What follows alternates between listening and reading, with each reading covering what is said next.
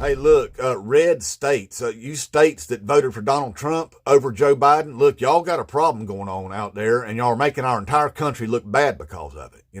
It's starting to worry me, if I'm being honest with you. Y'all have got a murder problem going on out there in your white rural areas. It's out of control. It really is. See, red states that voted for Donald Trump lead blue states that voted for Joe Biden by 22 points. 22 points higher murder rates out there in your white rural areas, and that's making our country look bad, and it's dangerous what's going on, and look, I appreciate it if you get it under control before it starts bleeding over into our blue cities, them blue cities, they've been working hard on getting their crime under control and stuff, and here y'all are out there just willy-nilly killing each other and stuff out there, and it ain't new. It's been going on for this entire century. Y'all been leading it in for the entire century. It's just gotten exponentially worse since 2000. I mean, y'all got problems going on out there, and I know what it is. I know exactly what it is. It's poverty. It's lack of opportunities is what it is. It's poverty, lack of opportunities, and a bunch of drug addicts. It's the pills and the meth and all that stuff that's caused all of it out there. See, I can point at it and tell you why it is that all you white people are out there killing each other and stuff is because of your lack of opportunity, your poverties, and your drug epidemics that's going on. That's what's led to it, different than what you do when you just point over at the blue cities and say, well, you got all that crime because them people are black out there. They're black and they're brown. Therefore, that comes with crime. It don't have nothing to do with the color of your skin. See, the crime that goes on in the blue cities, same reason that it's going out there in your white rural areas. It's just that y'all were doing a whole lot more of it,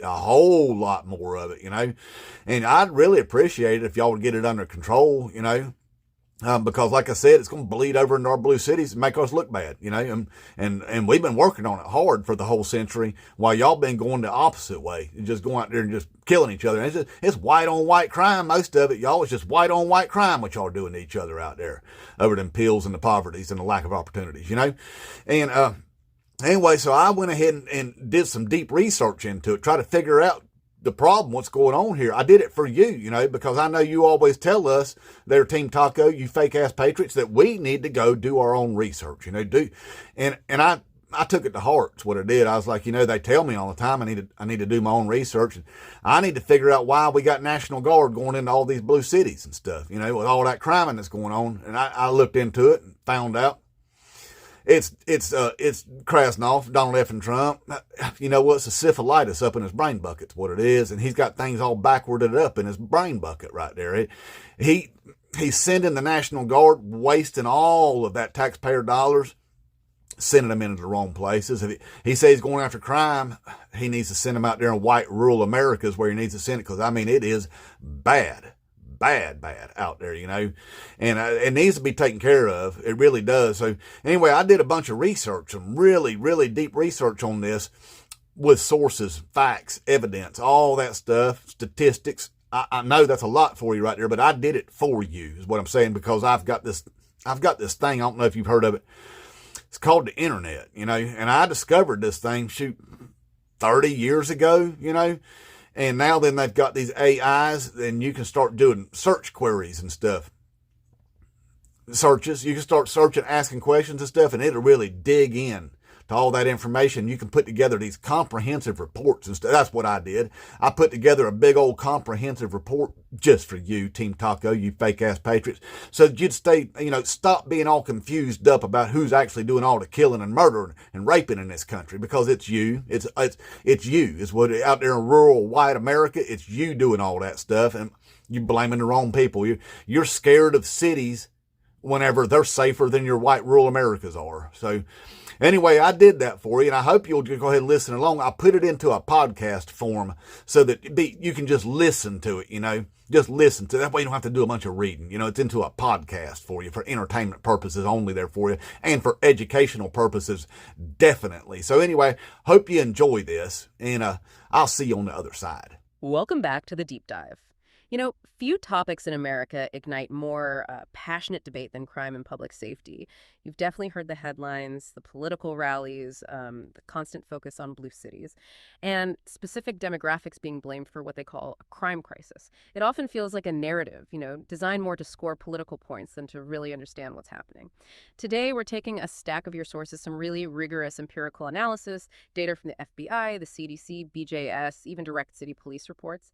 And our mission is to try and cut through all that noise. We're going to use the hard data to see what's really driving crime and maybe uncover some genuinely surprising truths. Yeah, and what's so interesting, I think, is how quickly these political narratives can take root, how they distort our perception of reality. So this deep dive is really crucial because it lets us step back, look at the evidence, and just ask, what does the data actually show? Our sources, they're really set to challenge that common idea that crime is almost exclusively a problem of blue cities, Yeah.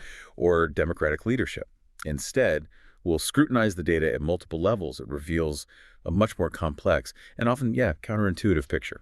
Okay, so this next finding from your sources, it really took me by surprise. It completely flips the script on the common narrative. You always hear that liberal, soft on crime policies are driving up murder rates in democratic states. Right. But when we actually dig into the data, a very different and very consistent trend emerges. Your sources reveal this core finding. States that voted for President Trump have consistently, year after year, had a significantly higher per capita murder rate than states that voted for President Biden. We're talking every single year this century, from 2000 right through to 2022. It's quite stark when you see it laid out like that. Yeah.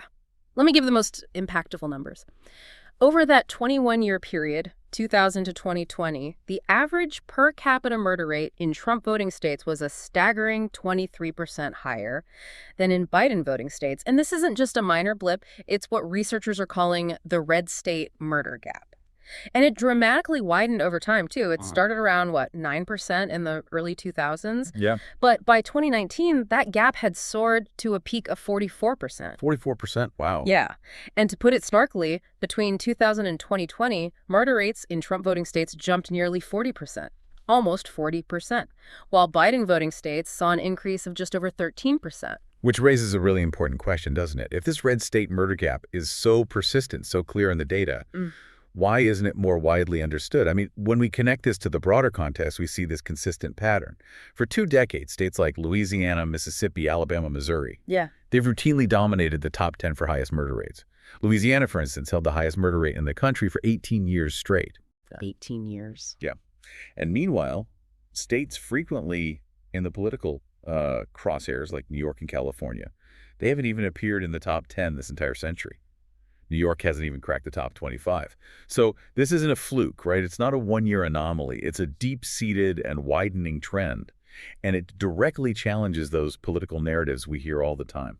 That is a really striking finding. But, okay, I'm sure some listeners might be thinking, couldn't those red states just happen to have other factors at play? Things totally separate from their political leanings. And what about that common argument you hear? That the problem isn't the red states themselves, but maybe the blue cities within them, that those are skewing the numbers. What does your data say about that? That's a crucial point, yeah. And it's a claim that, well, it sounds intuitive, maybe, but it doesn't really hold up when you dig into the data. First, it's sort of natural that blue states tend to have more large urban areas. Yeah. That's often part of what makes them blue politically in the first place. Right, demographic. Exactly. But more importantly, your sources show that even when you take the data from the single largest urban county and you remove it from 19 out of 25 red states, their overall murder rates still remained higher than the blue states. Even without their biggest city factored in. Yes. For example, in 2022, red states still had a murder rate 16% higher than blue states, after excluding their biggest cities. So that directly refutes the idea that the problem is just confined to a few, urban outliers. And this really highlights what researchers call a unit of analysis problem. Okay, explain that a bit. Well, yeah, like trying to understand a whole forest by only looking at one specific type of tree, right? How you group your data state by state or county by county can dramatically change your conclusions. And when we account for other powerful factors, maybe think of them as hidden influences, things like race, age demographics, how urban an area truly is, average income. When you factor those in, that red versus blue difference in homicide rates, it often shrinks dramatically. Sometimes it even vanishes. It really highlights that the underlying socioeconomic conditions seem to be the true drivers, not just the political banner itself. So, okay, If it's not simply red or blue politics driving this, what is? What are the dynamics your sources point to? What are these powerful underlying factors that seem to cut across political lines? I mean, you mentioned the urban factor. Exactly. There's the long-standing reality of higher violent crime in urban areas. That's not really disputed. Yeah. In 2021, for instance, the violent victimization rate in cities was more than double the rate in rural areas. Double. Yeah. And this isn't new. It's not tied to recent policies. It's a centuries-old sociological trend, often linked to things like population density, anonymity in large cities, stuff like that. And beyond just urban versus rural. Well, beyond that, the sources strongly connect crime to fundamental socioeconomic factors, consistently. There's a clear correlation between violence and poverty, economic inequality, lower educational attainment. Can you give an example? Sure. Research from the BJS, the Bureau of Justice Statistics, it shows that people in households at or below the federal poverty level, they have more than double the rate of violent victimization compared to high-income households. Wow. Double. And that holds true across both white and black populations. It really emphasizes how powerful economic circumstances are here. It's a common thread. Which I guess brings us to the issue of racial disparities. That's often central to these political crime narratives, right? Absolutely. And it's an important question. While the raw data does indicate Black Americans are disproportionately represented in arrest and victimization reports. For instance, back in 2008, they were arrested at something like 6.3 times the per capita rate for murder compared to others. But academic research overwhelmingly shows these disparities are not a function of race itself. Okay, so what are they a function of, according to the research? Well, the sources clarify the actual drivers. They're reflections of concentrated socioeconomic disadvantages, things like historical and ongoing systemic racism, housing segregation, concentrated poverty, lack of access to quality education, even food insecurity. These conditions create environments where violence is statistically more likely to occur, regardless of a person's race. Right, the conditions, not the race. Exactly. And here's what's really compelling. When researchers control for these socioeconomic variables, when they account for them statistically, a higher percentage of Black residents in a city does not correlate with more violent crime. That's significant. It is. It really shifts the focus from race as a cause to the conditions that disproportionately affect certain racial groups. Oh, and here's another key insight that really challenges the headlines you see. Okay. Crime is overwhelmingly intraracial. Meaning? Meaning within the same race. Think about it. The data indicates that most violent incidents against both white victims, about 69%, and Black victims, around 66%, are committed by an offender of the same race or ethnicity. Huh, so the narrative of, like, widespread interracial crime waves doesn't really match the bulk of the data. It's a sobering truth, and it fundamentally shifts the focus away from those political narratives of interracial conflict and more towards community-based violence, often happening within disadvantaged groups. Okay, let's shift gears slightly. Another highly charged aspect, gun violence. Here, we seem to see two very different, often conflicting narratives, both claiming evidence. On one side, you've got public health and criminological research. Your sources point out it consistently links firearm availability to higher rates of gun-related homicides and suicides. The numbers are stark. The U.S. has a gun homicide rate 25 times higher than other high-income nations. 25 times? Yeah. And firearms were used in nearly 80% of all homicides from 2018 to 2022. That suggests a pretty clear connection, right, between the sheer number of guns and lethal outcomes. It certainly paints a picture. But then you have organizations like the NRA, ILA, the National Rifle Association's Institute for Legislative Action, their lobbying arm. They present a different angle. They point out that from, say, 1991 to 2019, the violent crime rate in the U.S. actually fell by over 50%, while during that same time, privately owned firearms more than doubled. So their argument is essentially that simply correlating gun ownership with crime rates is too simplistic, because crime went down even as gun ownership surged. Right, and that's a crucial point about looking at broad, long-term national trends. Those are influenced by so many different factors, it's hard to isolate one cause. But let's zoom back in on that red state murder problem we were just talking about. Okay. Because when we do that, when we look at the state level, a much clearer, more localized connection to gun availability seems to emerge. Your sources emphasize that states with higher gun ownership rates, which, yes, are typically red states, they consistently have higher murder rates than blue states. Consistently high. Yes. And that persistent widening gap we talked about, it strongly suggests that the widespread firearm availability in those red states contributes significantly to their higher and faster rising murder rates. This isn't just correlation in isolation. It's supported by other evidence, like studies showing states with weaker gun laws saw larger increases in gun homicides during the pandemic, especially during the COVID-19 pandemic surge. Got it. So the national picture is complex, but the state-level comparison shows a stronger link in those high murder rate states. That seems to be what the cross-sectional data suggests, yeah. Okay. Finally, let's circle back to those blue cities that are so often at the center of the political rhetoric. The narrative usually paints this picture of out-of-control crime, right? Like a chaotic landscape with no end in sight.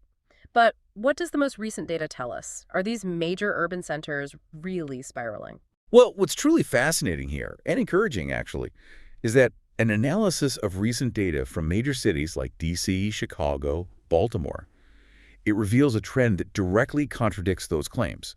We're seeing a widespread and significant decline in violent crime in many of these places. Where's the line, really? Yes. It shows how often those political narratives are based on outdated info, or maybe just selective snapshots in time. Let's look at some specifics. It's pretty remarkable. In Washington, D.C., yes, they had a peak in mid-2023, but since then, crime has sharply declined. Your sources show homicides dropped 32% from 2023 to 2024. 32%. And then another 12% drop in the first half of 2025 compared to the first half of 2024. Robberies, armed carjackings, also significant double-digit drops. And this isn't just, the city saying so. Independent experts have confirmed these trends seem consistent with other large cities seeing similar success. Okay, what about Chicago? That city's always in the headlines. Chicago, yeah. Through the first half of 2025, Chicago recorded the fewest homicides in a decade. Wow, in a decade. Yeah. A remarkable 33% drop compared to the same period just the year before in 2024. Shootings, carjackings, also significantly down. It really indicates a substantial turnaround is happening there. And Baltimore. Baltimore, too. Through July 2025, the city saw a 24.3% decrease in homicides and an 18.3% decline in non-fatal shootings compared to the previous year. The number of homicides they recorded in that period, 84, is the fewest in over 50 years. 50 years? What are they doing? Well, these results are being attributed to a really comprehensive evidence-based strategy, including something called the Group Violence Reduction Strategy, or GVRS. It focuses efforts on the small number of groups often responsible for the majority of the violence. Targeted strategies. Exactly. Data-driven, localized public safety strategies. And the point is, these results aren't just isolated incidents. They highlight the effectiveness of these approaches in reducing violence, even after those difficult pandemic-era increases we saw everywhere. So, okay, wrapping this all up. What does this mean for you, the listener, and how we should think about crime in America? This deep dive has really shown us that the truth is, well, it's far more nuanced and often more surprising than the political soundbites suggest. We've seen that persistent red state murder gap. We've talked about the real drivers seeming to be rooted in socioeconomic factors that cut across political lines. We looked at the complex, kind of localized role of gun violence. And now these recent tangible successes in blue cities using evidence-based solutions, it really challenges those simplistic narratives, doesn't it? It absolutely does. And ultimately, if we want an effective national strategy for crime reduction, we have to move beyond the politically charged rhetoric, beyond the demographic scapegoating. It really requires shifting the public conversation towards empirical evidence, towards targeting those root socioeconomic causes, poverty, inequality, lack of opportunity, and investing in proven evidence-based solutions. Regardless of political affiliation or where they're implemented geographically, that's how we move towards real public safety for everyone. Which I think leaves us with a really important question for all of us, really. In an era where information, data, it's also readily available, why do these politically convenient narratives so often override clear, consistent data? And maybe more importantly, what responsibility do we have as informed citizens to challenge these narratives, to demand a more data-driven approach to public safety? A profound question indeed. Something for all of us to consider. Thank you for joining us on this deep dive into America's complex crime narrative. We definitely encourage you to explore these topics further. Keep seeking out those data-driven insights. Until next time, stay curious and keep digging. You see what I mean? You see what I mean? I'm worried over here now, y'all. All these white rural Americans out there, man, we got to do something about it. I'm gonna hide out into the cities, hide out in the cities where it's safe from you people, until y'all get this thing under control, at the least, And don't be bleeding over into our cities and stuff with all your criming and killing and all that stuff, man. You people you're savages on each other, savages. And look, like I said, we are trying to improve on these cities, and we have been all century long, and y'all have been going the other way all century long. Y'all just been going the other way faster, And anyway, it's out of control. You white people, and me included, I'm a white person. What I told, I got 1% African up in me, though. I do that. I got that now. But anyway, hey, us white folks, we really need to get together and figure out what our problem is. Get that straightened out. You know what I think it is? I guarantee you I know what it is. I guarantee. It's like they said, it's that poverty. It's that lack of opportunity, what it is, and drug epidemics, what it is. So, anyway, we need to stop blaming each other for the color of our skin, for criming, and we need to go after the right people. And here's the problem that you got there, Team Taco, you fake-ass patriots. You've got a huge problem out there in white rural America, don't you? The data clearly spells it out for you while you're out there projecting on other people and blaming other people for stuff for your own damn problem. See, you shouldn't be throwing stones from glass houses is part of your problem. But see, we should all be able to agree that we should be going after poverty. We should be attacking poverty, trying to fix that problem. No matter what color your skin is, we should be fixing that problem. But y'all keep on voting for Republicans, and look at what they just did. They just impoverished millions of people by taking away their SNAP benefits and their Medicaid and all that stuff, and then turned around and gave trillions of dollars to rich people, which is the problem all along. But see, they don't want you to unite with us and go after them. So they just convince you that, it's the people in them cities, that's the problem. If we didn't have that diversity there in the cities that's sucking up all the food stamps and doing all the criming, then things would be a whole lot better off for us white people out here in white rural America. No, that's not the problem at all. The problem is, one of them's your racisms. It's easy to scapegoat your problems and put them on somebody else. Hey, y'all got a lot of problems out there in white rural America, like I said, and you really need to get it taken care of because y'all's making our whole damn country look bad, all right? Inmate Trump.